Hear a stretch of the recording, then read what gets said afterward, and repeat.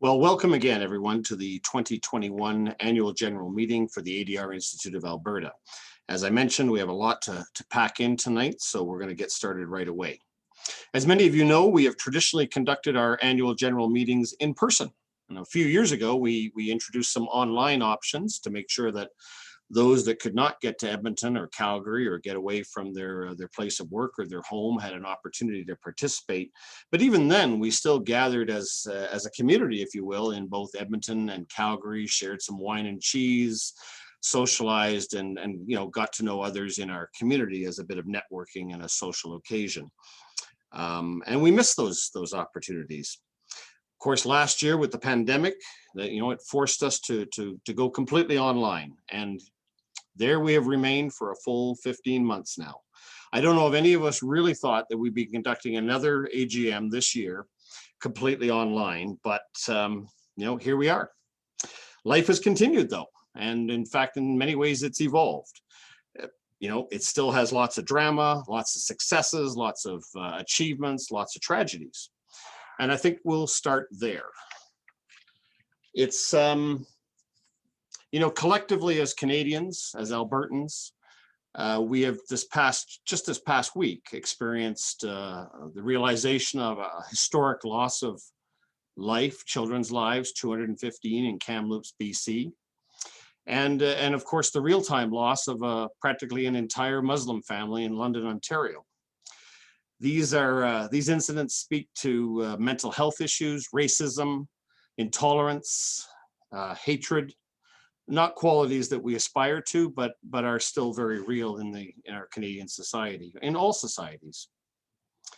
So today we meet virtually, but as individuals, we share this life and space together, and we participate on lands that are previously occupied by our Indigenous peoples. We are encouraged to remember their heritage and history, as well as the important contributions of many races and cultures in our shared history of settlement and immigration. It is important, though, that we remember or acknowledge that for thousands of years, Indigenous peoples have walked these territories, weaving their identity and spirituality intimately with the land. We acknowledge with respect that we live, work, and play on lands often delineated by treaty or otherwise occupied by settlers. Keep us mindful of the many covenants and treaties that we have made and often broken with our Indigenous peoples. Knowing that they have suffered, may we find new ways to live with respect on this land, moving into reconciliation as we journey forward together. Thank you. We're going to do a couple of admin instructions here. Please, if you haven't already accessed the AGM documents and reports that are online, you're certainly free to do so as the meeting progresses. Perhaps you did so in advance, and they're certainly going to be there for you after the meeting to take a look at. At any point today, this evening, you can ask questions or make comments using the chat. We prefer the chat, but you can use the Q&A function as well. We will try to address the comments as the meeting rolls on. Please don't be shy. We appreciate the engagement of our members, and we miss those opportunities to meet in person. If you're going to make a motion or second a motion, or you can use the raise hand or the chat function. There will be a short open forum at the end, and in fact, we'll then turn it over to Rapid Fire Theatre for a full presentation of their improv skills.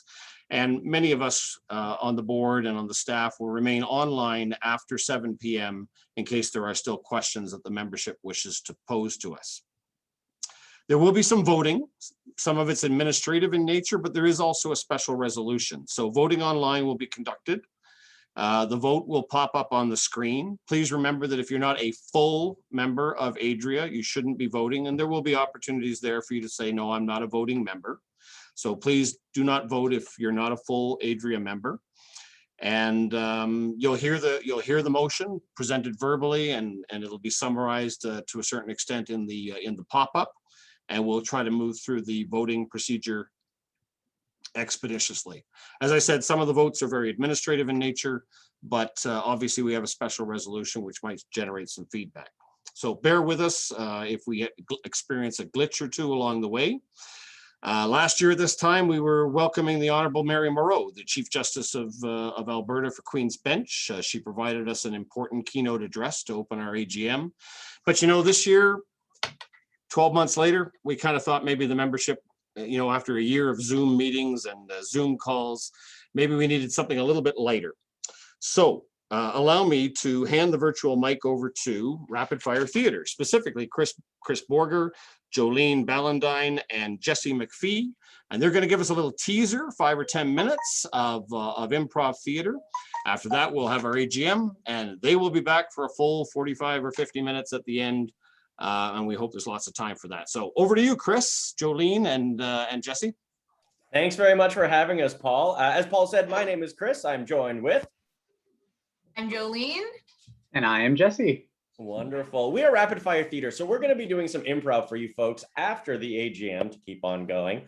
Now, improv is a little bit of a funny thing because we don't have rehearsals, we don't have scripts, we don't have post-secondary educations. We have none of that. But what we do have is our lovely audience. So throughout the show, when we're performing, we're going to be coming to you for suggestions. And in fact, during our longer 45-minute set, we are going to be using some of you actually in our scenes as well. So we'll be getting suggestions from you in the chat. I see that someone had already typed out cheese wheel in all caps, which is exactly the spirit we're looking for. That is wonderful. So as a little teaser, we're going to be playing a game for you that is called Dating Me Is Like, where we are going to take nouns that are part of your lives, part of your jobs, and we'll explain how dating us is kind of like if you were to date that thing. So before we begin that, we're just going to invite you to a little tradition we like to do at Rapid Fire Theater before we begin. So if we could all just sit comfortably in your chair, take a nice deep breath in, and lower our expectations. There we go. Get the bar nice and low. My favorite lawyers are the ones who hit the bar at the lowest possible level. So that's what we're going to be doing that already. Asparagus fern. I love that we're already yelling out nouns. So we're going to play a game called Dating Me Is Like. Feel free to throw in any noun in the chat. And then for a bit, we'll tell you why dating us is like that thing. It can be related to your job. It can be anything at all. We have cheese wheel, thermometer, asparagus fern, hot air balloon. Great. Oh, man. Jesse, Jolene, any of these we want to start off with? Dating me is like a hot air balloon because you got to get real high before you start. Dating me is like dating a hot air balloon. It gets dangerous when I toss out my sandbags. Dating me is like a hot air balloon. You can't really control it. You don't know where it's going, but hopefully in an upward trajectory. Dating me is like dating a hot air balloon. Just financially, I'm ruined by inflation. Let's jump on to another one. Dating me is like a black hole. How about that? Yeah. Dating me is like dating a black hole. I will consume all of the light from your life. Dating me is like a black hole. It's confusing and dark. Dating me is like dating a black hole. I'm more dense than you think. Let's move on to bed bug, maybe. Dating me is like dating a bed bug. You'll have to throw your mattress out afterwards. Dating me is like a bed bug. After you start, you'll never get rid of me. Dating me is like dating a bed bug. If I'm anywhere near you, you just have a bad reputation afterwards. Oh, man. Let's take dragon fruit. How about dragon fruit? Dating me is like dating a dragon fruit. It looks interesting, but ultimately flavorless. Dating me is like dating a dragon fruit. It's exotic and expensive. Oh, hello. All right, we'll take one more before we finish our teaser and let you folks have your AGM. How about sailboat? Let's take a sailboat. Dating me is like dating a sailboat. It only works when I feel wind past me. Oh, Passing wind? I don't know. Gross. is it a fart joke? It was supposed to be a fart joke, but it got out of hand. Dating me is like a sailboat. It won't work if you're only half mast. Dating me is like dating a sailboat. There's only two great days: the day you get me and the day you get rid of me. We'll end that one right there. We're going to be doing even more improv, featuring some of you folks in our games coming up next. So stick around through the AGM and you'll be seeing some improv afterwards. Thank you so much for having us. We'll pass it back on over to Paul. Thanks, Chris. Thanks, Jolene. Thanks, Jesse. You know, I'm laughing and I'm thinking, man, it's got to be really hard to do this when you can't hear the laughter because it's out there. You know, it's funny. No, I appreciate that, and we look forward to having almost a full hour of you towards the end of our meeting. So, on that note, I'm going to hand it over to our president, Barbara McNeil, and she will formally convene our 2021 annual general meeting. Over to you, Barbara. Okay, thanks very much, Paul. I have to say it's kind of hard to think about an annual general meeting after listening to Dating Me is Like. Sorry, just got my brain going over there. So I sure look forward to what we're going to have this evening. Welcome, everybody. It's a pleasure to have you attend our 2021 annual meeting again on Zoom. Paul, I just want to be assured by you. It says we want to make sure we've got quorum established, and I'm just checking with you to make sure that that is indeed so. We have a very healthy quorum. I believe 15 is, I think, our legal quorum, and we have over 50 online, so that's great. Okay, and I see a vote. We've got a motion for approval of agenda. May I ask for a motion that the agenda be approved?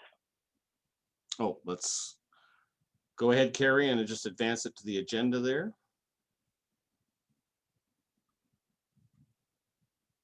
There we go. And you can bring up the vote.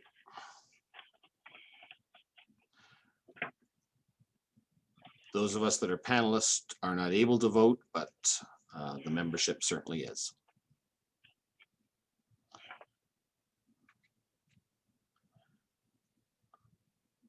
Okay, you can take that down and there we go. We're passed. We can move on to the next slide. Okay, thank you. The next item on our agenda is approval of the agenda. May I have a motion that the agenda be approved? That would be the minutes that you're voting on right now, Barbara? Thank you. Okay, sorry, I can't even follow my own agenda. Yes, thank you. Approval of minutes from June 2020. May I have a motion that the minutes be approved? Dora?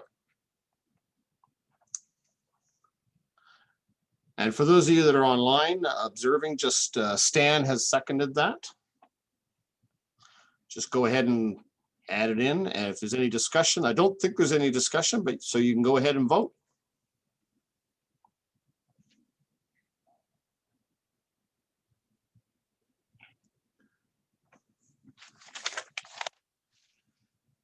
And I think we can take that down now.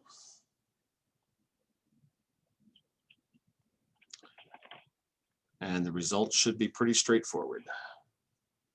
I'm assuming that that's an approval. Yes, It's there approved. we go.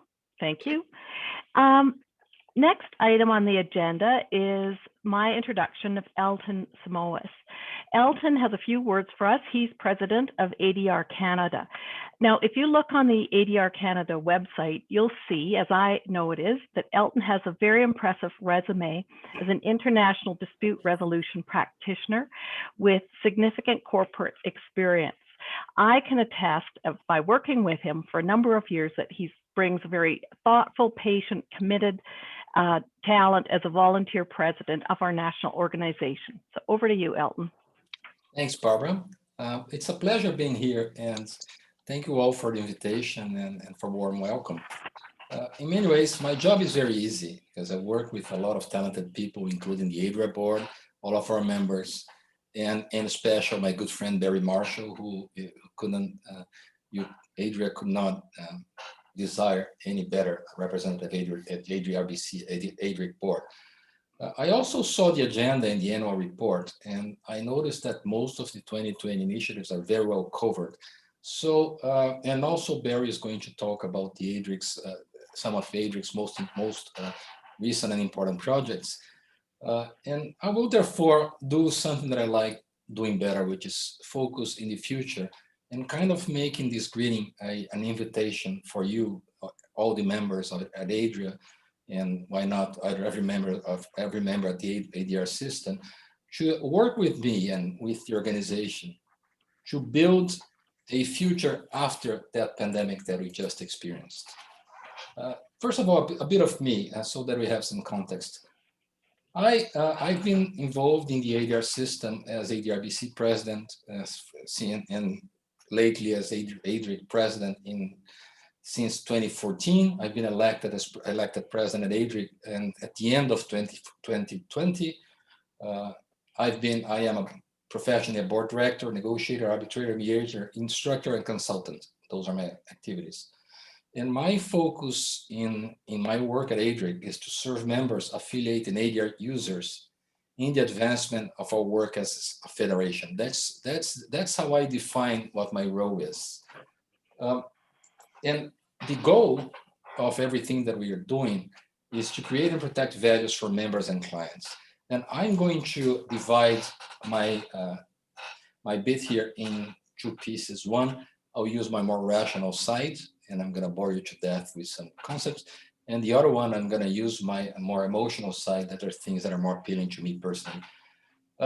First of all, Nietzsche said that if we figure out why, we can always make a way, we can always work the how. Then we are living now in challenging and unprecedented times, because we are at the end of a pandemic that never happened in our lifetime. And we as dispute resolution leaders have both the opportunity and the responsibility to participate in the rebuilding of the society.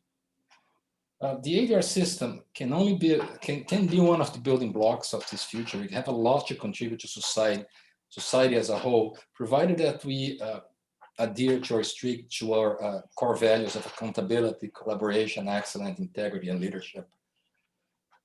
We wish this year to continue focus on understanding and addressing the needs of our members and users by both collaboratively working with our regional affiliates and engaging our membership in meaningful initiatives.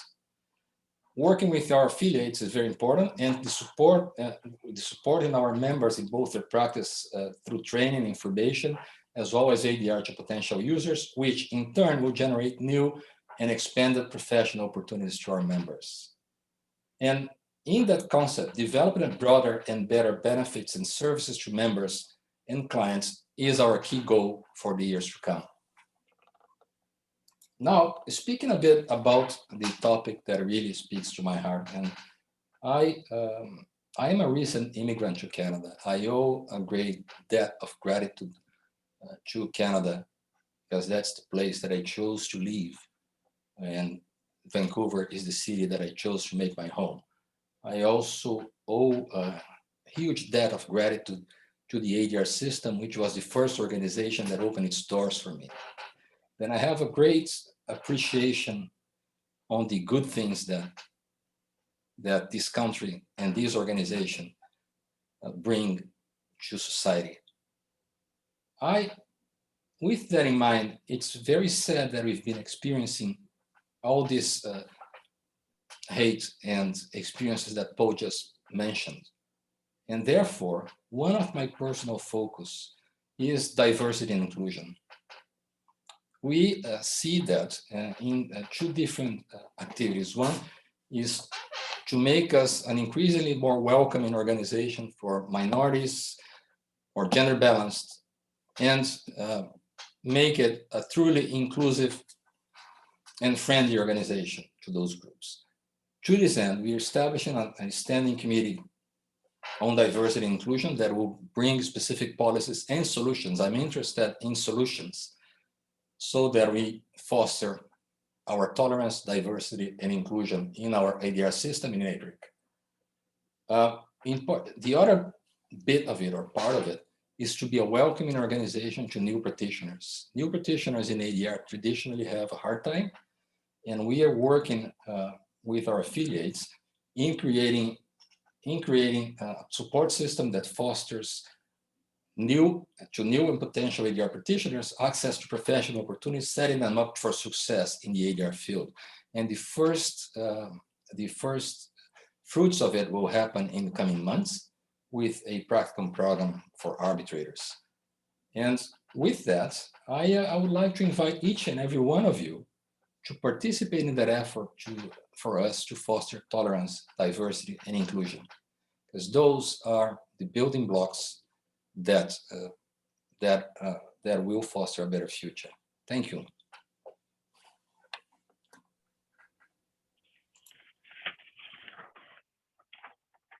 Thanks very much, Elton.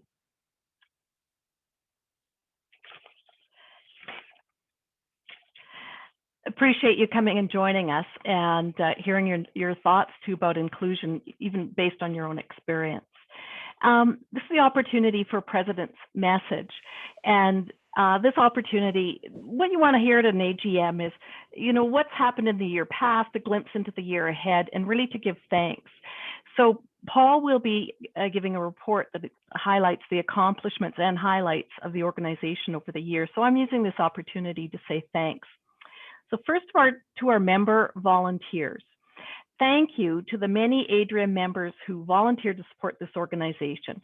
And you provide your time and talent on provincial committees and national committees. And when asked, you provide us your specialized expertise, and you're there for us. Thank you for supporting the Adria community. And Adria staff, you keep the machinery of our organization moving and advancing, and never more so than this year. You responded and adapted Adria to this pandemic year with speed, innovation, and commitment. And all of this is led by our Executive Director, Paul Conway, who pays attention to pandemic restrictions while advancing our strategic direction, and always with good humor and equanimity. And Paul always makes sure that he keeps the board well informed. In this thank you too, I also want to thank the instructors and coaches who provide so much talent to our really well-credited educational program as well. So all on staff, behalf of the board and members, please accept our sincere gratitude. You keep our organization thriving. Thank you so much. And to our my fellow board members, you're a committed, perceptive, smart, lovely, and fun bunch of people to work with. It's a privilege. So members, the board continues to actively support Adria's vision, which is leading dispute resolution in Alberta. It's a statement indicating Adria's intention to work with partners and members to promote the effective use of ADR in this province. And as we all know, the opportunities for ADR practices are significant. The board looks forward to the year ahead, and we always welcome involvement of members. Please stay tuned, involved, and in touch. Thanks so much. Now I'd like to turn this over to Dora Dang for the Treasurer's Report in the 2019 audit. Well, hello friends of ADR. I hope you and your family are healthy and safe.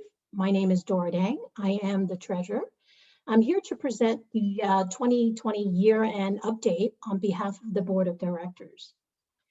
ADR Alberta, I guess the income this year, well, the past 2020 have covered all expenses.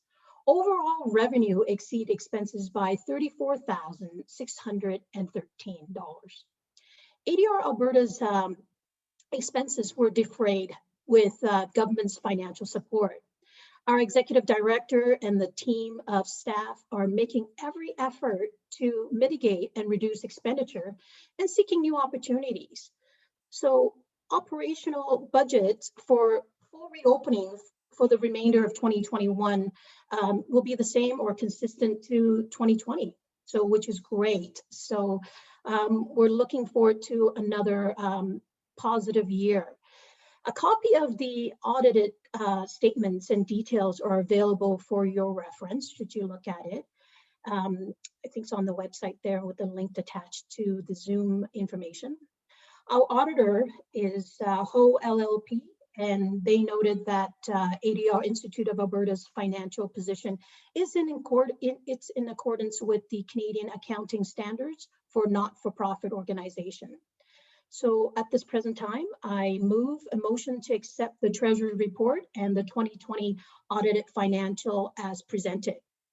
Who would like to second this motion? Do we have a seconder, please? Perhaps from the membership or from the board? The panelists, I can't see them, so, Okay, I'm monitoring the chat. oh, great, okay. And seconded by Cindy, I think. Cindy, Yeah, okay. Cindy's got it. Okay, so is there any debate or discussions? If there's discussion or any questions, now would be the time to put it into the chat function. Even if you just make a note that you have a question, need a couple seconds to type it. We'll give you a few minutes to do that. People can start voting. We'll leave it up for a couple seconds, a minute or so here. I'm not seeing any expressions or questions in the chat function, Dora. Yeah, so no dissent. So I guess let's vote. So let's invite the membership to finish their voting. We'll give you another 10, 15 seconds. Great. And then your next motion, you can start talking about it now, Dora. Sure, let's move forward. We have a tight timeline, everybody. Oh, great. So we have 83% voted unanimously. Great, thank you, membership. I also move a motion to appoint Ho LLP as our auditor for 2021. And I'm also looking for a seconder as well for this. Looking for a seconder. I'm watching the chat. Great, I think there's a few popping up. I'll let Paul navigate that for us. Yep, Sharon Roberts has seconded that. And you can bring up the vote, Carrie. Now, while that's up there and while people have started voting, if there's any concerns, now is the time to put your concerns quickly into the chat function. And I'm not seeing anything come up. I will say that it has been a pleasure working with Ho LLP. They have been very professional and very timely in their financial submissions, and we appreciate the professionalism that they have brought to bear. So on that note, we will close the vote and bring up the results, and it looks like we're good. Thank you. So thank you for this opportunity to share the financial updates on behalf of the Board of Directors. So take care. I'll be signing off here now. Thank you, Dora. And just before we leave finances entirely, maybe I'll get you to back up a slide, Carrie. Yeah, there are, and this is in the annual report as well. So I do want the membership to be aware. I know Dora and I talked about this. I want the membership to be aware that we did receive a lot of government assistance in 2020, as did many sectors of the economy. They were significant, and of course, it allowed us to realize a small profit for the year. Those government subsidies have waned. This year the year ahead is going to be challenging. Plus, we have invested heavily in the online training program. So 2021 will still be challenging even as we open up, but I'm really very, very, very grateful. I want to say that, very grateful for the government supports that have been provided to us and to, throughout the nonprofit sector. But I did want to make sure the membership was fully aware of the support that we had received. So thank you. We can move on. Hey, can I want to thank Dora. Dora, your attention to detail that you've brought in several terms now as treasurer is really appreciated by your fellow board members and also by the membership as well too. It brings a lot of confidence to us when we know how closely and carefully you scrutinize and then inform us about what's going on. So thanks very much, Dora, and thank you for your report. I'd like to turn this over now to Barry Marshall. He's a board member and our representative to Adria. Thanks. Go ahead, Barry. Thank you, Barbara. Hope everyone can hear me. I've been the Adria rep on the Adria board since June of 2019 and have greatly appreciated serving in that role over that period of time.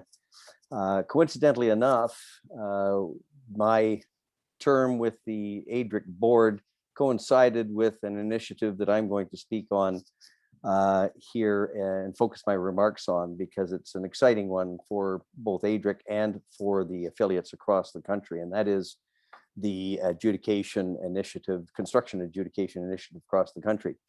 ADRIC and its affiliates have since June of 2019 been liaising with the federal and provincial governments regarding adjudication initiatives in those jurisdictions where construction prompt payment and adjudication legislation has been passed or is being considered. And prompt payment adjudication legislation has been lobbied for by the construction industry across the country for many years. And two jurisdictions, namely Quebec and Ontario, currently have prompt payment adjudication legislation in place and operational. Quebec's system is a pilot project. Prompt payment adjudication legislation, simply put, contemplates, as the name implies, strict requirements and deadlines for the payment of construction invoices and expedited resolution of construction disputes on construction projects. And prompt payment and adjudication legislation has been in place in the UK for nearly 30 years and has been very effective there at both speeding up the flow of funds and resolving disputes on construction projects in that jurisdiction. Construction adjudication is a dispute resolution process unlike either mediation or arbitration. Its determinations are typically made by adjudicators based upon written submissions only, and usually within 30 to 45 days, and are binding only on an interim basis.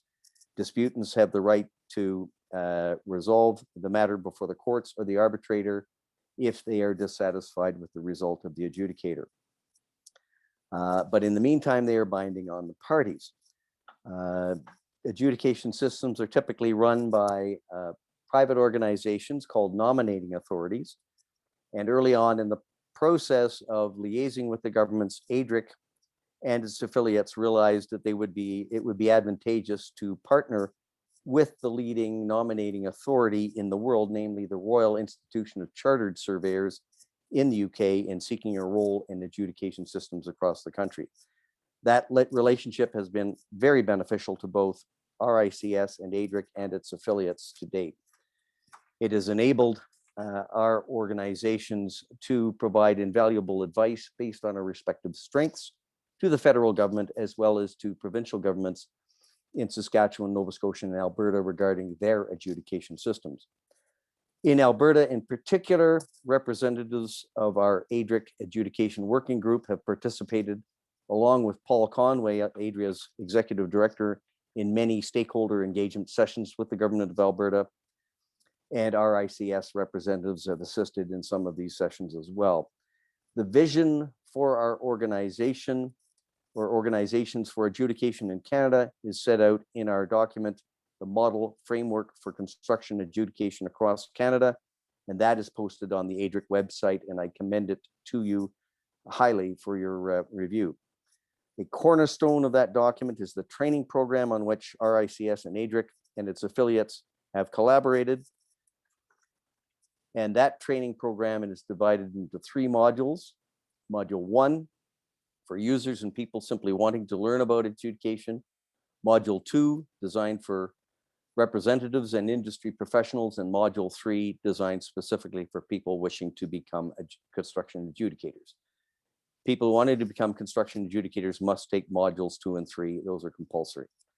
Full particulars of these training modules are again available on the ADRIC website. And I would be remiss if I did not point out that Module 1, again, that introductory in-depth explanation of construction adjudication is being delivered on June 14th. And I strongly urge anyone who wants or needs to know more about this exciting new form of ADR to take this course. I won't deal with any of the other exciting initiatives that ADRIC is involved in. Those are covered, as Elton correctly pointed out, in our annual report, simply because time doesn't permit, but certainly prepared to answer any questions following the presentations today about what other things that ADRIC is doing. Thank you. Barry, thank you so much. I just want to point out to the membership that this work that Barry's been a big part of, both in the provincial framework and nationally, correlates so directly with the strategic initiatives that we established in late 2019. And Barry's time that he spent on this has been phenomenal to make sure that the details are worked out completely. So Barry, thanks so much for all your work on this. It's really appreciated. I'd like to call on Paul Conway now to give the Executive Director's report. And hopefully I can do this justice. And I guess I too want to thank Barry for his excellent representational work with ADR Canada. And, you know, the membership should know that, you know, when one takes on this 3-year commitment, and we do limit it to 3 years, you know, Barry has to sit on both the ADRIC Board of Directors and our Board of Directors. So it's kind of a double duty after 5 or 6 years of already serving on our Board of Directors. So he's really doing a terrific job of representing us all. So thank you, Barry.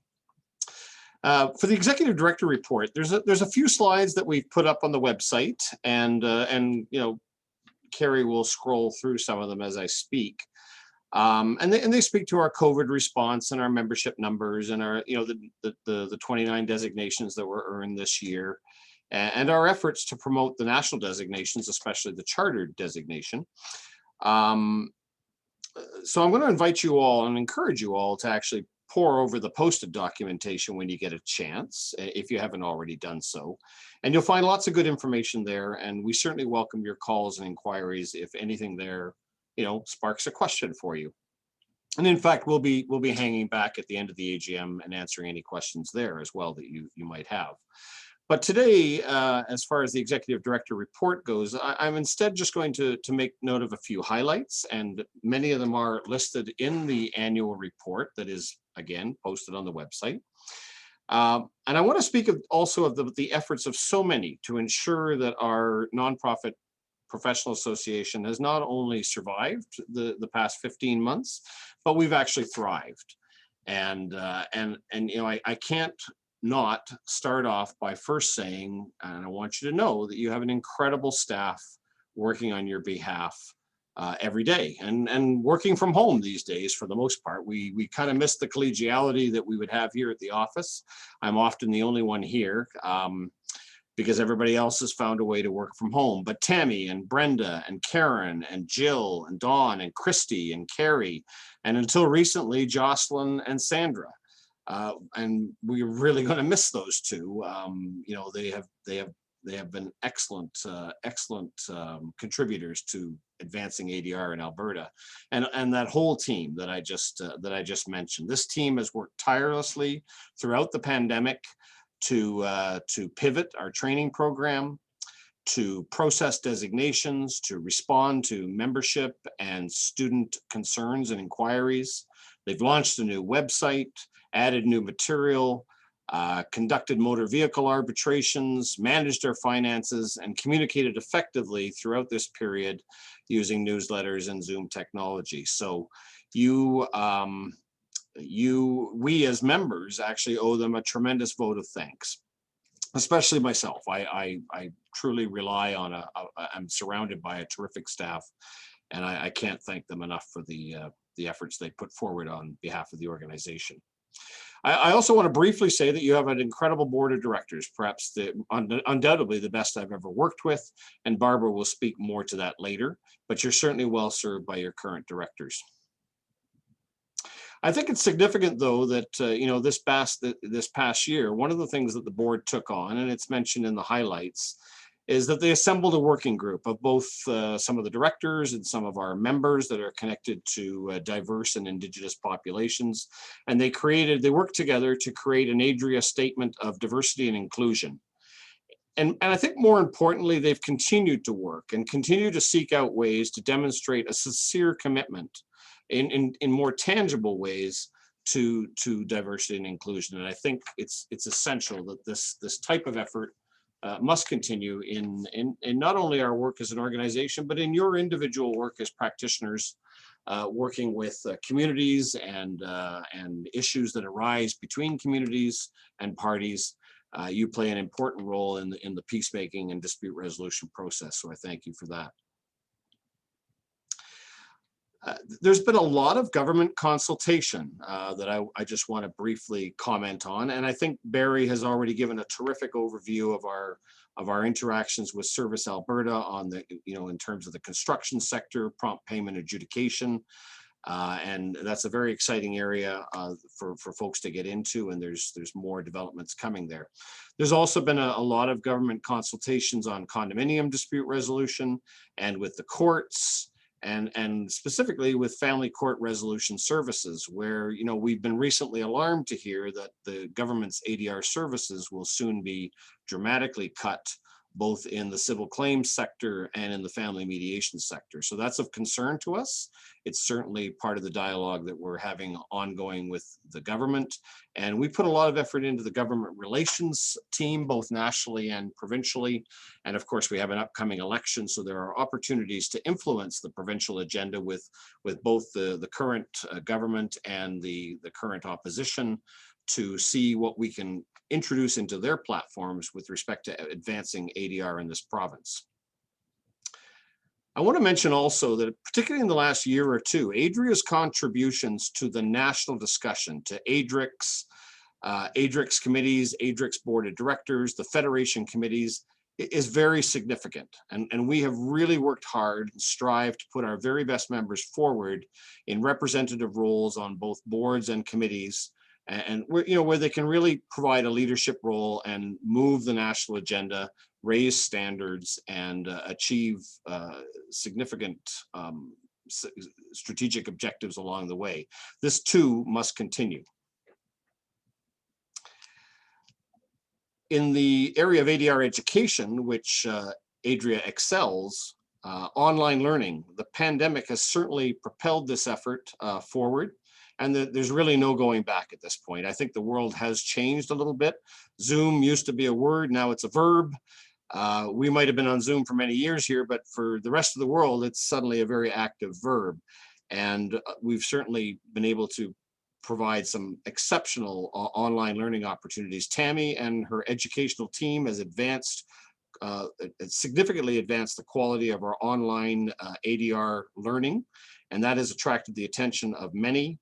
It has allowed us to expand and reach out even beyond the provincial borders, and has offered Adria an entirely new revenue stream moving forward. She would also want me to mention that there are revisions coming to the National Introductory Mediation and Arbitration courses.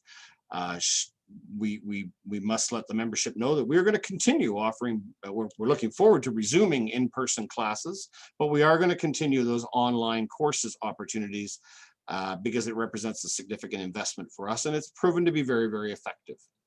At any time, you can go to the website, the new website, and look at the events tab on the website for information on presentations or signing up for the newsletter. I encourage you to do that. Some of you might be concerned about the QMed moratorium that some of the affiliates are maintaining for the next 3 or 4 months. And that is, again, part of that national discussion, that national fabric of raising standards over time. And here in Alberta and a few other affiliates, we're just going to hold off a little bit, 3 or 4 months on the acceptance of QMed applications, just to see where the standards are going, so that we can best serve our members and make sure that we're putting forward quality candidates. I want to mention our online ADR webinars, which we do in partnership with the Foundation of Administrative Justice. We miss our in-person luncheons in Edmonton and Calgary, but going online has allowed us to bring in speakers from all parts of the country. Some of you took in Dr. Jobin the other day, speaking about the Indigenous primer here in Alberta. We had 250 people attending that. So it's been a fabulous opportunity for us to reach out, get new speakers, reach further afield, and to reach new potential members. So that's just a taste of what's been going on. Again, I encourage you to read into the online materials, to contact us, send me an email at any time, ask questions, give me a call. more importantly, volunteer, generally engage with your professional association. It is, after all, your professional association. And as we like to think, it's, it's the future of your profession. So many thanks. I'm going to turn the mic now over to Kevin Kelly, the chair of our governance committee, and he's going to introduce to you some important strategic changes to our bylaws, which I think will make your board of directors and Adria as a professional association even more effective in the future. Thank you for your time. Thank you for being here today. And over to you, Kevin. Thanks, Paul. Welcome, everyone. I'm going to be as brief as possible and just get right to the proposed amended bylaws here. So basically, over the winter, the nominating committee took directions from our board, and based on those directions, we discussed upcoming board vacancies, and then we specifically addressed how potential board candidates could assist Adria to be better connected to the public and to specific communities.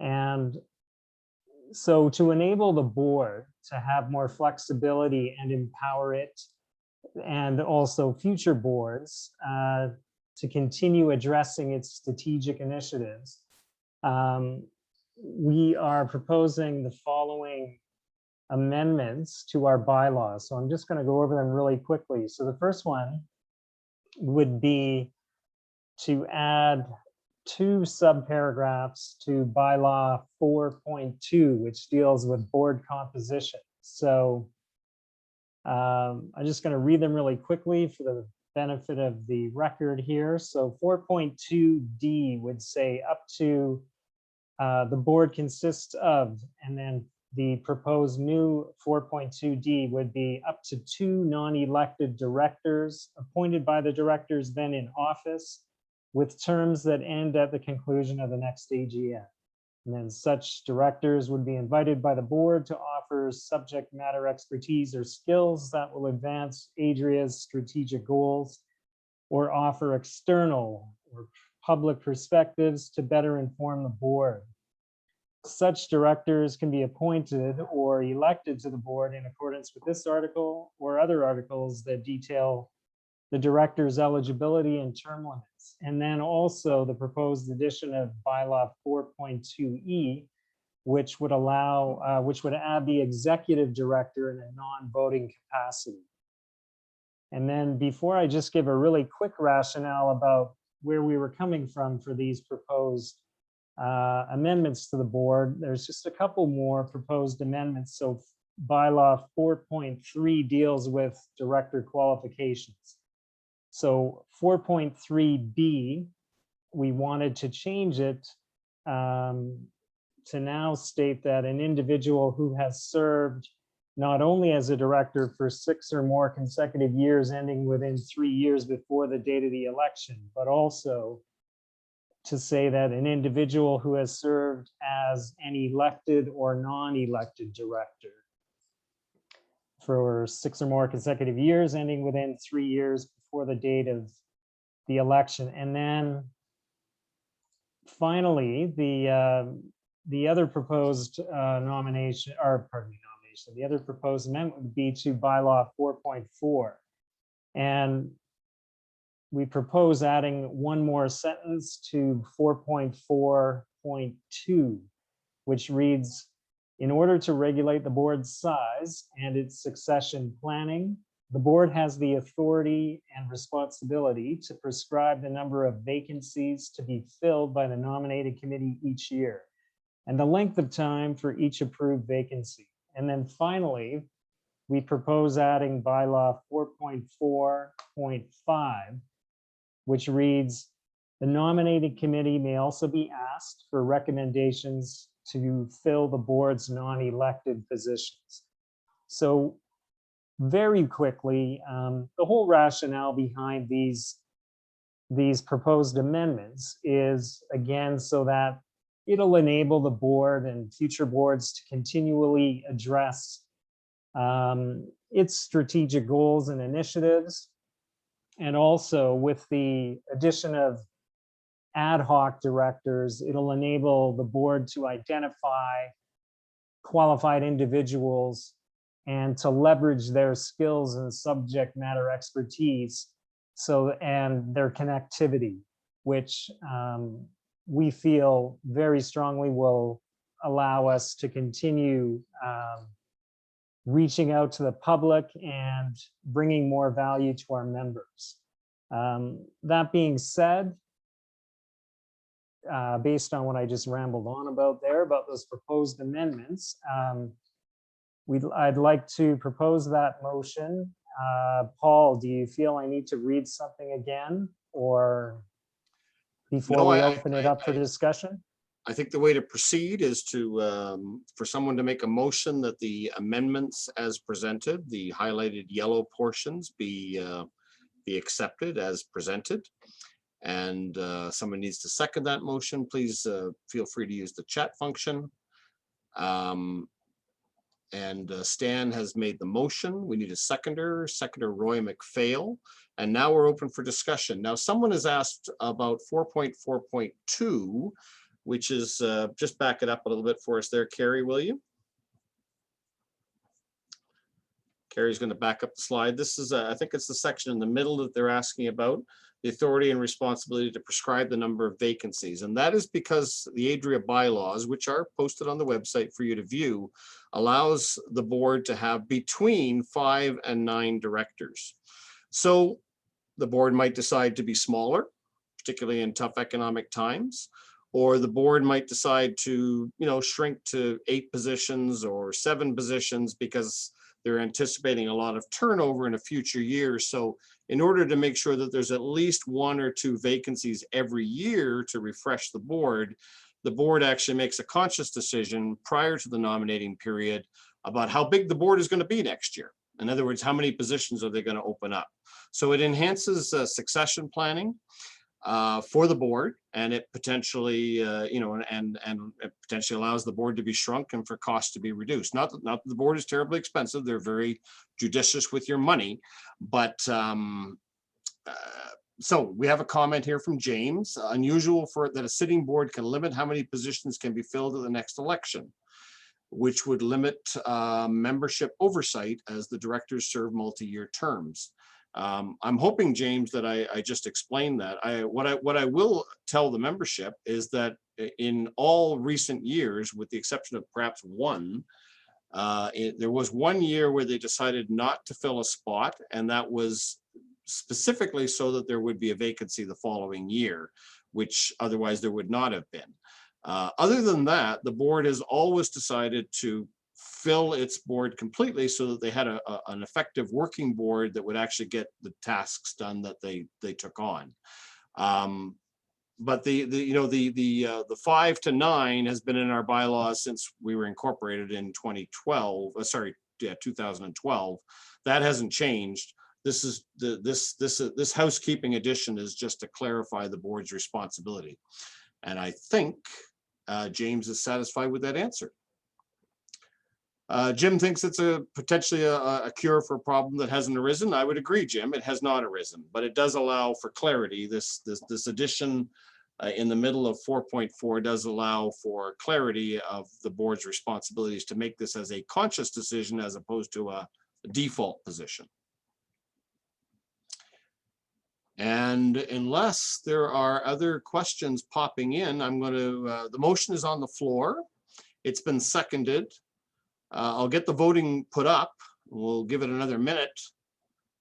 Okay, we're going to give you, this is an important change, which is going to allow for a small expansion of the board of directors, but it is going to give them that connectivity to the public or specific audiences, such as the Indigenous community or the construction sector or the healthcare sector. And it will, it will allow for that short-term subject matter expertise. Are the appointed members voting members? Yes. If you get a chance to read the full text, the appointed members do get a full vote. In fact, they will actually become members.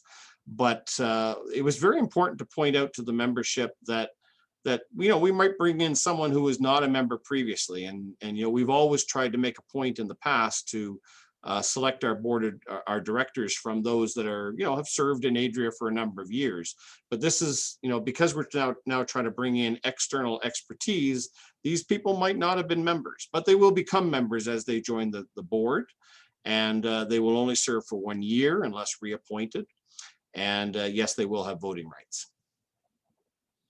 Must the appointed directors otherwise be members of Adria? Yes, they would not necessarily have been members before, but they will be members during their period on the board of directors.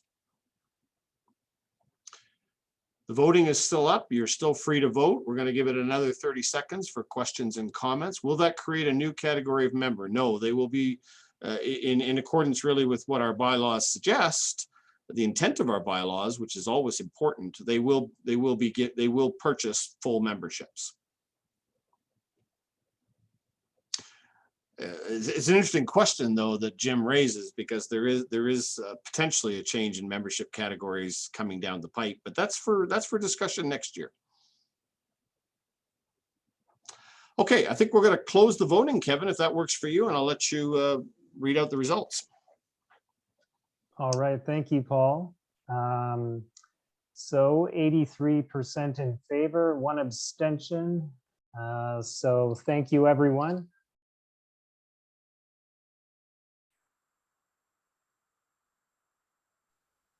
I guess I should pass it over to you, Barbara. Thank you. Okay, thanks very much, Kevin, and thanks for presenting the suggested amendments to our bylaws. I have the pleasure of introducing your board of directors.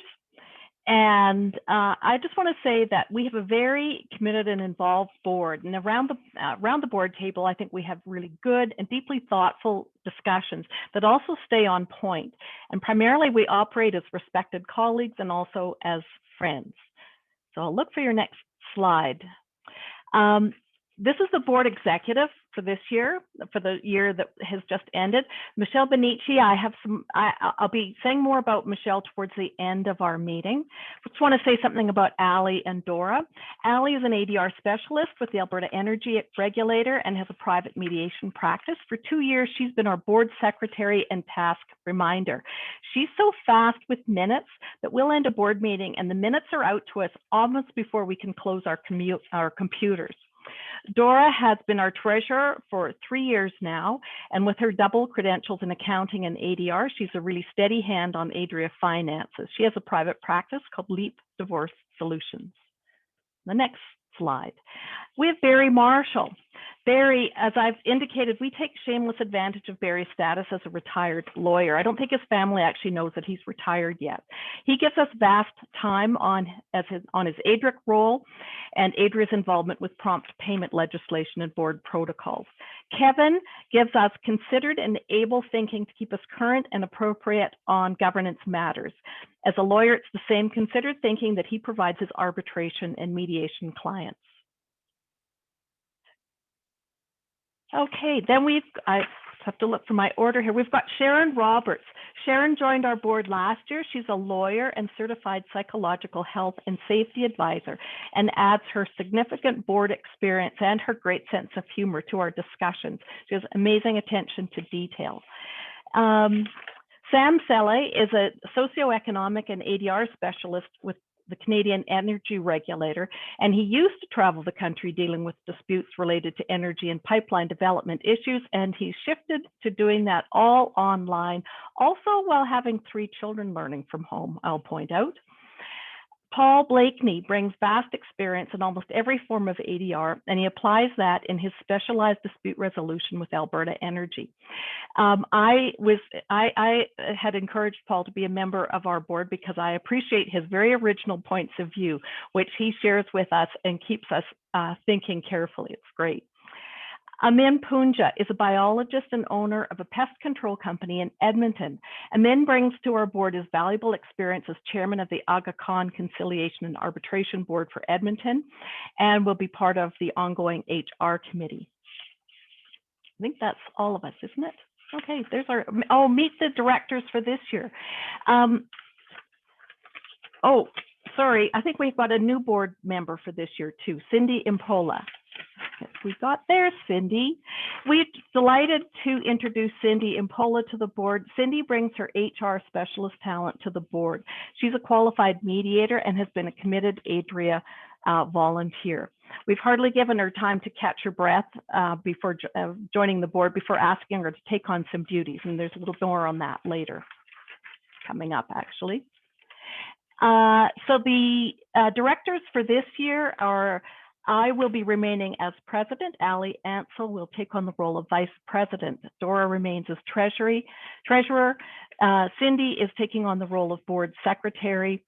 Barry remains as our ADRIC representative. Kevin Kelly continues in his role as governance chair. And I just want to ask then, Paul, is there any new business? There was no formal new business added. Maybe we could just give the members, well, there is an open forum coming up right around the corner. So there's nothing been formally added. And I would suggest that the membership at this very moment think about things they might want to ask about, because as soon as you're finished with some recognition pieces, we'll have a bit of an open forum and they might want to pose a question.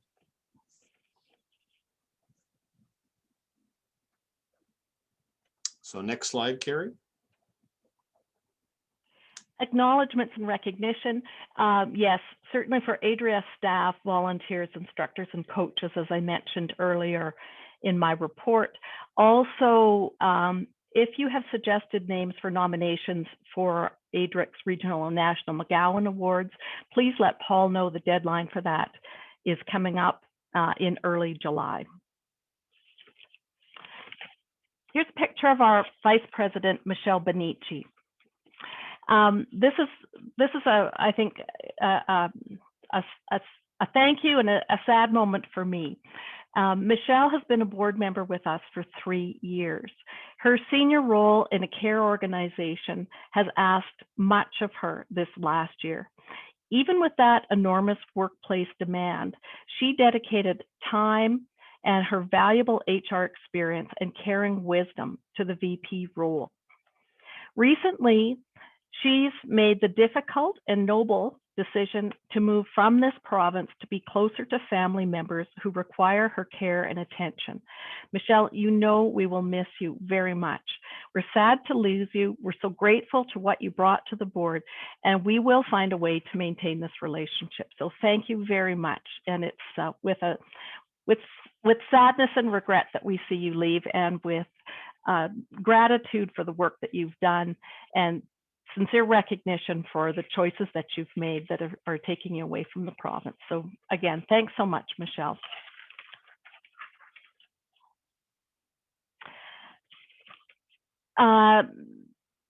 New business, you said we'll bring that up in the open forum. So in this case, I'd like to call for a motion of adjournment for the AGM. Or I guess I just adjourned. Do I have to ask for a motion? It's seconded. All in favor? Yep, I think you just had to ask for the motion, and okay, we are done the formal part of our AGM. So all of us, Barbara and I especially, we can let's see, well, how's our time doing? 6:05. We actually are right on time, so we have maybe 5, even 10 minutes to answer any questions that you might have.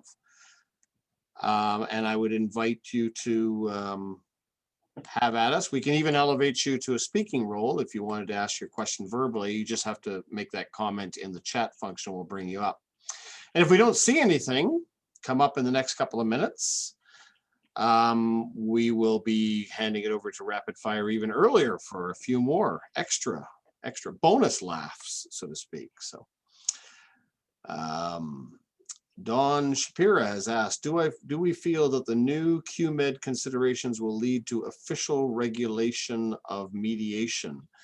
You know, the board, I don't know if you want to speak to this or not, Barbara, but the board has certainly set out as a strategic objective the regulation of ADR practices. And although there is no regulation of mediation in Canada, no single province has a mediation act, there are other jurisdictions in the world, such as Ireland and Ireland for sure has a really excellent National Mediation Act. These are things that we look forward to talking to the government about. Barbara, did you want to speak to this at all? No, only I think I'm glad that you mentioned that it certainly fits with our strategic direction, which is both to define competencies for dispute resolution practitioners and still be in the position to be able to regulate should that ever be needed. So no, I don't think it's leading to official regulation, except I think that a better definition of competencies will certainly assist us. Great. Roy McPhail has asked if we might talk a little bit about the proactive promotion of ADR out in the public sphere, and in a different way, Monica has asked the same question. What is ADRIC doing? And of course, Elton has had to leave us, but what is Barry might speak to this, but what is ADRIC doing? What is Adria doing to promote the designations to assist people in to promote the profession and for those that hold the designations? These are good questions. They come on the heels of a pandemic, of course, and it's been challenging.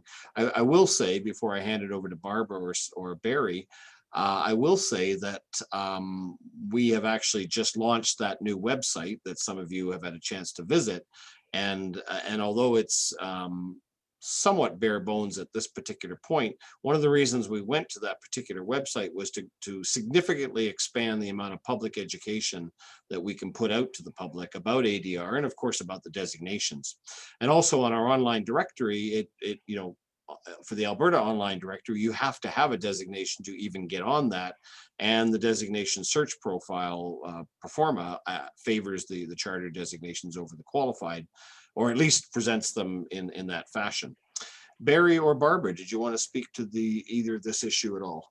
Sure. I'll just say that having been practicing in the mediation field for over 30 years now, the changes that I've seen in the province, I think, have been remarkable.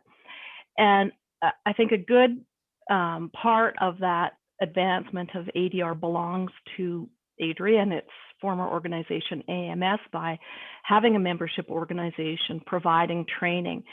So I think it's a combination of things that the organization does that has seen the advancement in terms of the designations, the training that's available to people. And here's, I think, the actual most important thing, and that's the good work that mediators and arbitrators do in this province. And I don't mean just the good work that they do by assisting people to effectively resolve disputes, but I mean by continually raising the bar of their own practice. By doing good work, they promote word of mouth about the value of mediation. So I would say that that's not an explicit thing. It's something that's happening all the time. And I think we've certainly seen it over the last number of years. I'd also just point out that one of our strategic initiatives is to focus on and develop key relationships that advance the interest of Adria members. So we're working on those all the time. Thank you, Barbara. I know Barry wanted to say something as well. Yes, thanks, Paul. I think my remarks will address both the question that Dawn Shapiro asked earlier about will this lead to regulation, and the question also posed about promoting the use of designations. And I'm going to sound like a one-trick pony here. I'm going to come back to the adjudication initiative. The adjudication initiative, first of all, I should say that we fully expect that we will be a nominating authority, we being ADRIC, RICS, and Adria in the province of Alberta within the next 6 months. Secondly, and this is probably the most direct response to these questions asked, we will at that point be a regulating authority, and adjudicators will be a regulated body. You will not be able to do adjudications unless you are, at least not in accordance with the legislation. You won't be able to do adjudications with the weight of the legislation behind you unless you are a certified adjudicator and certified by the nominating authority. So it'll be one of the first, if not the first, situation where we have a regulated ADR profession well, basically in Canada outside of Ontario and Quebec. And I think that will serve to assist in promoting the use of designations. And the designation you will get if you successfully take and pass the training program that we are offering, you will be obtaining a QAdge designation. That training will evolve over time and ultimately become a more robust form of training, although we think the training program we've designed right now is an excellent program for what we need at this point in time. But that when it finally evolves to the more robust form of training that we envision in the future, that's when we will think about awarding the CADGE designation. So sorry, a long-winded response to fairly short questions, but I think it addresses both questions. Thanks, Barry. And you're right. It is the thin edge of the wedge in terms of seeing regulated professions. And, I mentioned earlier that there's a provincial election coming up, and that's certainly an opportunity for us to talk about enhancements to the Arbitration Act and, more government alignment with the designation requirements in terms of filling their rosters. As Jim McCartney has pointed out, a lot of federal rosters and some of the provincial rosters, actually, like in municipal affairs, for example, they already either require an ADR candidate designation, or as is often the case with the feds, they state requirements that are exactly the same as what a CMed or a QMed requirement is. So they're either matching it or specifically identifying the requirement for designation. So we're making progress, and we're certainly putting effort into those government relation committees, both nationally and provincial, to make that happen. Jeanette had a quick comment about the directory, and she's absolutely right. We've been transitioning the website and the directory for the last couple of weeks. There are a few glitches. What we're doing, most of the listings are up. There's a couple problems which we're sorting out. If you're on the directory, please check it, make sure it's working, and let us know if there's any problems or missing links. We are going to pour some money into some extra Google ads and the like to direct extra attention to that as a measure of compensation for the fact that the directory has not been perfect for the last couple of weeks. But we still get tremendous feedback on our online directory, and it's truly an excellent looking product. Okay, we're on schedule. We're actually 1 minute ahead of schedule. Barbara, any last words from you? And otherwise, we look forward to handing this over to Rapid Fire Theater. We will be back at 7. I will stay on for as long as any member wants to pose any questions. Thanks. I'll just say, appreciate everybody's input on this and your questions and comments on the chat box. Paul, I heard you say about pouring something into something, and I took that as a cue to maybe move on to the second part of our program. So thanks very much, everybody.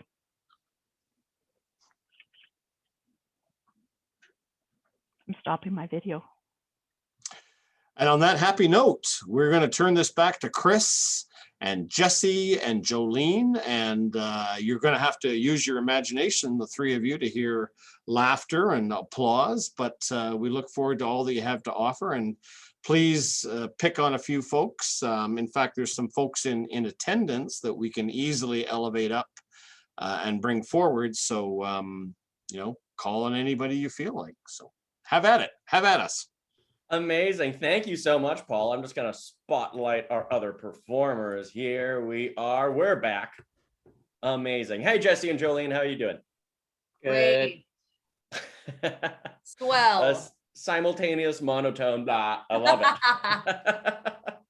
I've been working with junior high kids teaching them improv this week, and I've gotten a lot of that. So it's here to see that we're consistent in our lives. We're Rapid Fire Theater, and we're back. We're going to play some more improv games for you folks now. To start off, we have been thinking a lot about the role of a mediator and how we are so wildly unqualified to ever take on that role. So in the spirit of that, we're going to play a game called Mediation Help, where Jesse will be playing the role of a mediator, and Jolene and myself will be different clients who are pitching our problems to him that we could love to get some help from him in mediating our issues. From you folks in the audience, we would love for you to come up with some character names, some people you'd like to see in the scene. And whatever characters you type into the chat, Jolene and I will play those characters. Hopefully, yeah, all made up names, whatever weird names you want. Mediate or meditate. You know what? If we fall asleep, we might start meditating. This will be some guided mediation. I feel more confident about meditating. I also do for sure, but I'm sure Jesse will figure it out and be able to help us out. So fill up that chat with lots of weird names. Jolene and I will pop in and turn our cameras on. Snappy Dragon. Oh man. I love it. It's done snappy. All right, we'll let Jesse get into character here, and Jolene and I will pop back in as these different people. All right, time to mediate. Meditate to mediate. That is the mediator's code. And I should know I am a registered mediator.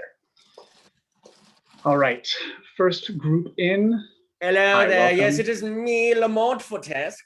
I am very, very concerned about some issues going on in my life. I was hoping that you might be able to help me out, Mr. Jesse. I can try. We can try to work out your issue. Who were you having this dispute with? I currently, as a Renaissance man, have an issue with one named Leonardo da Vinci. He's copying all of my art, and he's taking it for himself, and he's making lots of money off of it, and I don't know what to do with myself. I'm not getting respected by anyone. No one knows the name Lamont Fortesque, and Lamont Fortesque should be a name that people know. I mean, I've never heard of your name. I've heard of Leonardo da Vinci. I mean, I love his Mona Lisa. You know, like the man with his arms spread out. I love that. Yeah, everyone knows his stuff. No one knows mine. You haven't heard of one of my paintings. You haven't heard of Boy and Ball or etc. The other ones, Plant Man. No, maybe that's your problem. Your names, your titles are too generic. I did name one of my painting The Other Ones, which perhaps was a bad move. You know what? I think you've helped me out. Thank you, Jesse. You're the best. Yo, brother. It's me, Snappy Dragon here.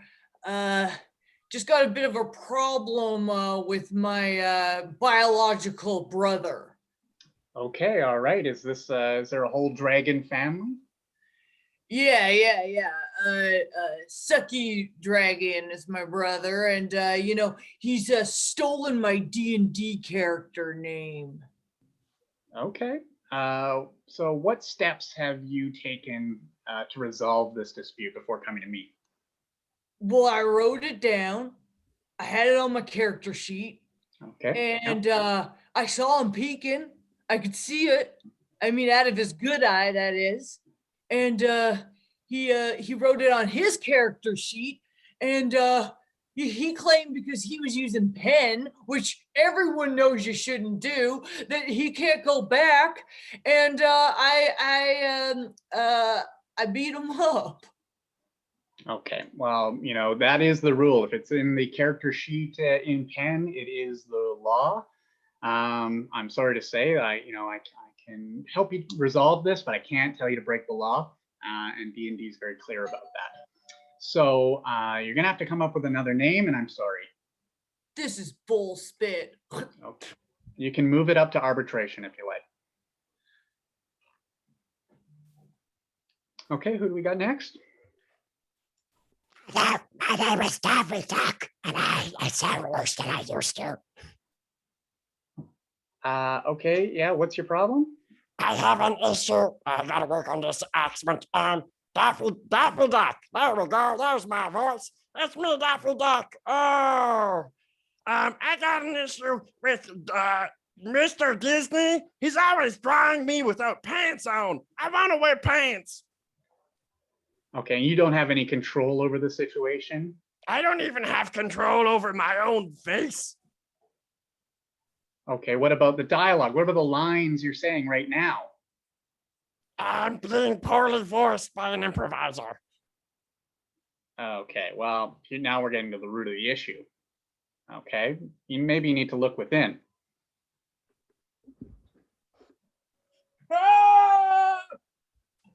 Okay, all right. Mediation, not so hard. Problems are easy. Yes. Hi, I'm Freddie. I have a problem with a grumpy neighbor. Oh, okay. Yeah, we get a lot of those problems. You know, land title dispute, property lines. Yeah. What's the problem? Well, that's just it. The property line is kind of unclear in our neighborhood, and he's always coming over on my side, and his dog is peeing on my lawn.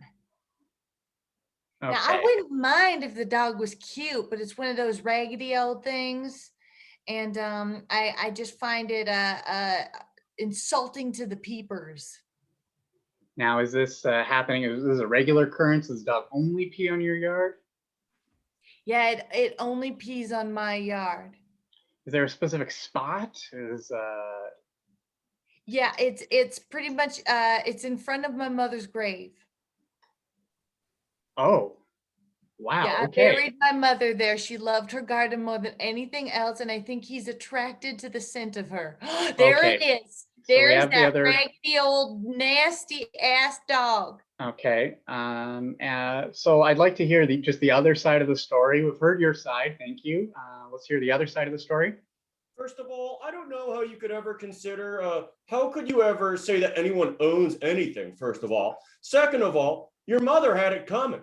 I mean, she was a cat woman. I warned her. She was a crazy cat woman, and she's just paying her comeuppance now. Okay, you can own land. I've seen both the land titles. That's very clear. So we're going to move past that. And this, okay, I need a little backstory here. How did this death was, it was coming to your mother? She deserved She it? had it coming. She was allergic to dogs. And you I put maybe two and two hung out with together. her a bit too much and worked my magic. On purpose? Yeah. Do you hear that? Work his magic. You know what that sounds like? That he was gunning for her. I feel like this is actually escalated, and now we have another problem on our hands. I thought that was an accident, but now I want to know, what is your advice on murder by puppy? Yeah, it seems pretty clear, pretty open and shut. I mean, you did just admit to the murder, so but all I can do is make recommendations. So I would say it's looking pretty open and shut from my end. You know what? I'm okay with it. Even if I get sentenced to life, it's only 7 years. And I will state, just to be clear, I do have a bias because this dog is super cute. I knew it. So, you know, can a dog really murder? He did murder. We heard it. You said it. It was confessed. But he looks I pretty got cute. another job to do at an orphanage. I'll see you later. Okay, bye, dog. What a cute dog.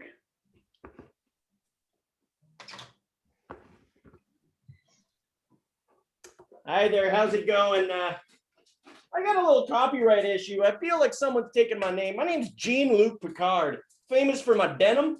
A big Jean guy. Oh yeah, Jean-Luc Picard. I saw you on Star No, sorry, Trek. Jean-Luc Picard. I'm a Jean guy. Oh, well, I see the issue here. I see the issue. Yeah. Okay. Yeah, you know what? I thought I could let things go, and it's gone too far. He's gotten way too big. And to be honest, I think we should cancel the show. I love the show. I just got to say, the show's great. Jean-Luc Picard's great character. You hardly ever see him in jeans. He clearly pronounced it Jean. So, yeah, I don't think you have a case here. Gah! Hello. Hi, welcome. My name's Fitz. I'd like to report a theft. Okay, this is not the police. I'm just a mediator. Well, mediate this. Someone's stolen my heart. Okay. I mean, oh, I see. This is extremely unprofessional. What are you gonna do about it? I ask you politely to leave. Speech hell works is I will be giving a speech about something. And during my speech, Jolene will be giving me words that I will have to work into the speech. Jolene will write them down, hold them up to the camera, and I'll have to work them in. We would love for you to type some words into the chat for Jolene to write down. So if you know any good words you'd like to see incorporated into this speech, please throw it in the chat and we'll work it in. Chris, I also took the opportunity in the break to write down some legal terms, terminology. So I'll be throwing some of my own in there as well. Oh, you mean the town of Legal? Some legal terms? Yes. Perfect. Now, also at the same time, if that wasn't scary enough, Jesse will be writing math equations down. And I'm going to have to figure out the math equation in my head and then work the answer to the math equation into the speech as well. It can only go beautiful. Yeah. Amazing. Adametopeia. That's a great one. So to start this one off, could we also get a reason why someone would be giving a speech in the chat? Why might be someone giving a speech?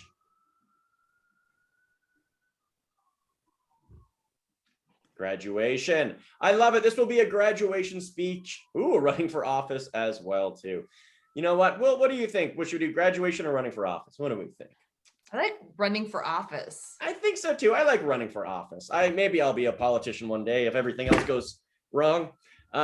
So we will, or I will be giving a speech about running for office, and we'll have some words flipped in there. I'm just going to turn off my camera for a second and center myself.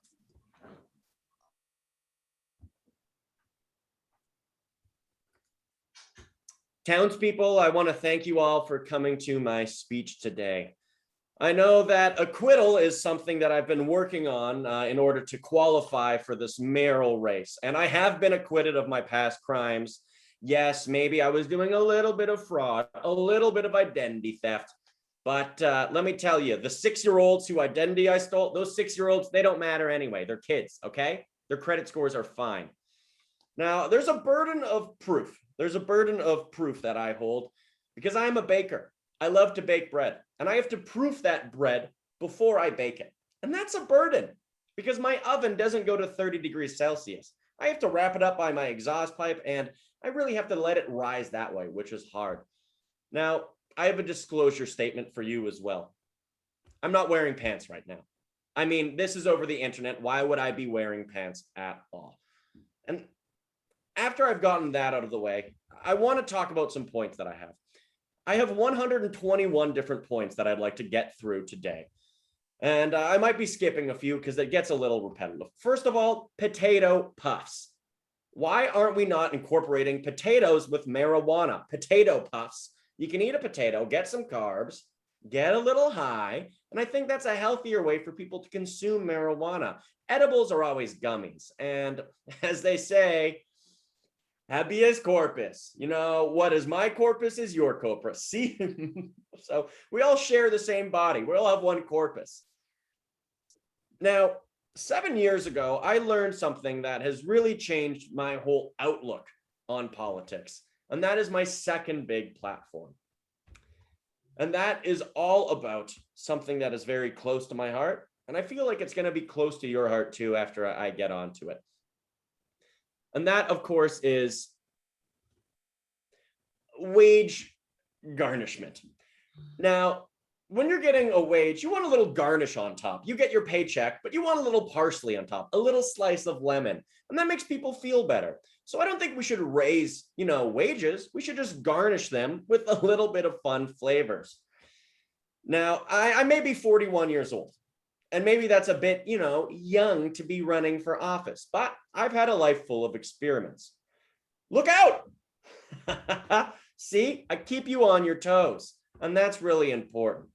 Another thing that my youth brings to this position that I think is very important is 1.7 or so years ago,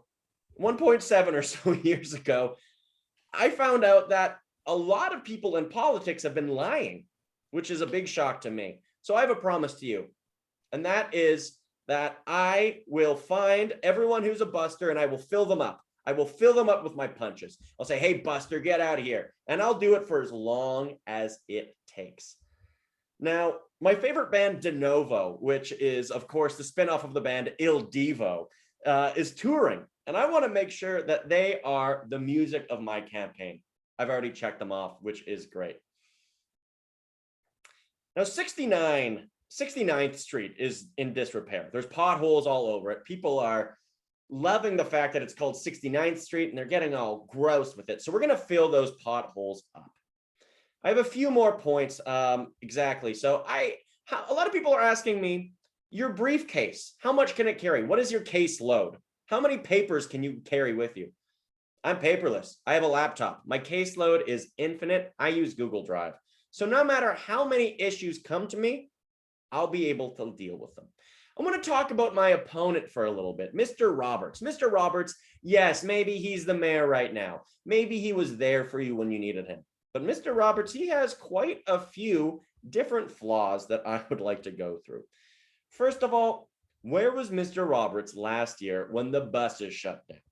Where was Mr. Roberts last year when we had the huge mass strike of all the municipal employees? I'll tell you where he was. He was 48 miles away in Legal, Alberta, dealing with small words. Now, I have a middle name, and I'll say my middle name, and that is pneumothrombosis calval. I'm Italian. It's in my blood. I'm a proud Italian. And you can test me. You can test me. You can test my money. You can test my money, and it is proven to be there. I have a bank account. I'm not doing this for the money. I'm doing this for the people, and that's what I'm passionate about. I'm going to leave you folks with a few points. I believe we should have a docket on the North Saskatchewan River. We have docks, but we don't have smaller docks, which I call dockettes. They're little tiny docks, and they're less of an eyesore. I have one final point that I would love to leave you on here today to challenge you as you go and live your lives. Now, what's the appeal? What's the appeal process if I lose? I'll tell you, there's going to be impeachment. There will be impeachments if I lose. I'll be coming after Mr. Rogers, and I am getting him out of there. If you thought that thing that in the States was bad, this will be 10 times worse. It's going to be horrifying. My favorite book, of course, is Harry Potter and the Chambers of Secrets. That's the second one. In that book, a giant snake came by, and that was a basilisk. I see myself as that basilisk. I'm hiding in the chambers, but I'm ready to sprout out. So, folks, when voting day comes, which of course is on the 4th of April, I want you to remember what Mr. Roberts did. He did murder by puppy. He murdered people and he blamed it on those puppies, and that's not okay. So that's why you should vote Chris Borger in your upcoming election. It's a vote for me. It's a vote for the city. Thank you. Wow, give it up for Chris, everyone. That was incredible. Wow, Chris, I am amazed. That was a lot of math. That was hard. Thank you so much for having us, folks, to go through some mental gymnastics and have some fun and get to see your houses and learn all about your lives. That was wonderful. Thank you so much for having us. We're going to pass it back over to Paul. Paul and Barbara and anybody else that's willing to jump on. Listen, give it up for rapid fire. That was great. Certainly more laughs in there than we probably got from the Chief Justice last year. But you know, everything has value, and you know, we're all ready for a little bit of humor, a little bit of breaking out of our COVID existence. So thank you for bringing us a few laughs today. We've really enjoyed having you. And we wish you every success as the theater scene starts to reopen. So we look forward to seeing you on stage with real applause in the future. Take care, guys and gals, Jesse and Chris and Jolene. It's been a real pleasure. For the members that are still with us, we got quite a few still. You know, if you have any questions, you know, we'll certainly hang around for as long as need be. We can even bring you up and you can talk to us. Just type it in, and if not, we'll start to wind down and say goodbye. Barbara? Gee, I don't really have anything to add. I wish I'd been given a little forewarning that I was going to have to show you not just my office, which is a suite at the back of the house, but my house too. So, but that was fun to go along with. And Paul, what a great idea to get something like this going for us. What do I have written on my smartboard back there? Just thank you everybody for participating today and joining us. Yeah, we've had a challenging in terms of the things that have come at us in terms of the pandemic, but I think that we've steered through those things quite successfully in terms of Adria, and we certainly, look forward next year and what we can continue to do for our members. So thanks again for coming and joining us at this AGM. Yeah, and thanks to the board members and to Barbara for guiding us through this year's AGM. There's lots of very encouraging comments showing up in the chat function, including somebody who thinks we should do an AGM every month, but I can assure you we're not going to do that. So some of the things that we will be looking forward to, though, is some networking events.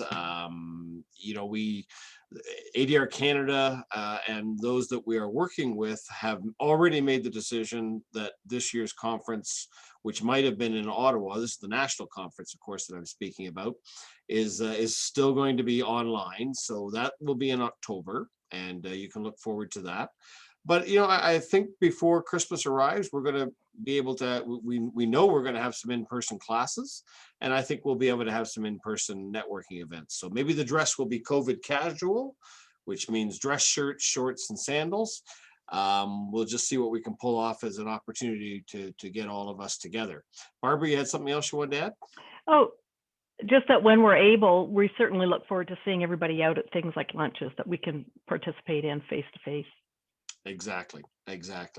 Yeah, we're talking to the luncheon committee and to the FOAJ about, how can we do, luncheons where people can actually gather and at the same time kind of simulcast the speaker or bring in speakers from remote locations. So COVID has changed us in so many ways, and we're going to embrace some of the new opportunities that that COVID has swung our way, and we're going to benefit from this. We're coming out very well. Just still reading the comments here. Yep. Somebody has mentioned that they still want to have these dial-in, Zoom-in opportunities, even when we are meeting in person, and we'll make sure that happens. That certainly was characteristic of our AGMs in the years before COVID struck, and we'll make sure that continues. And I think on that note, we're going to start to wind down.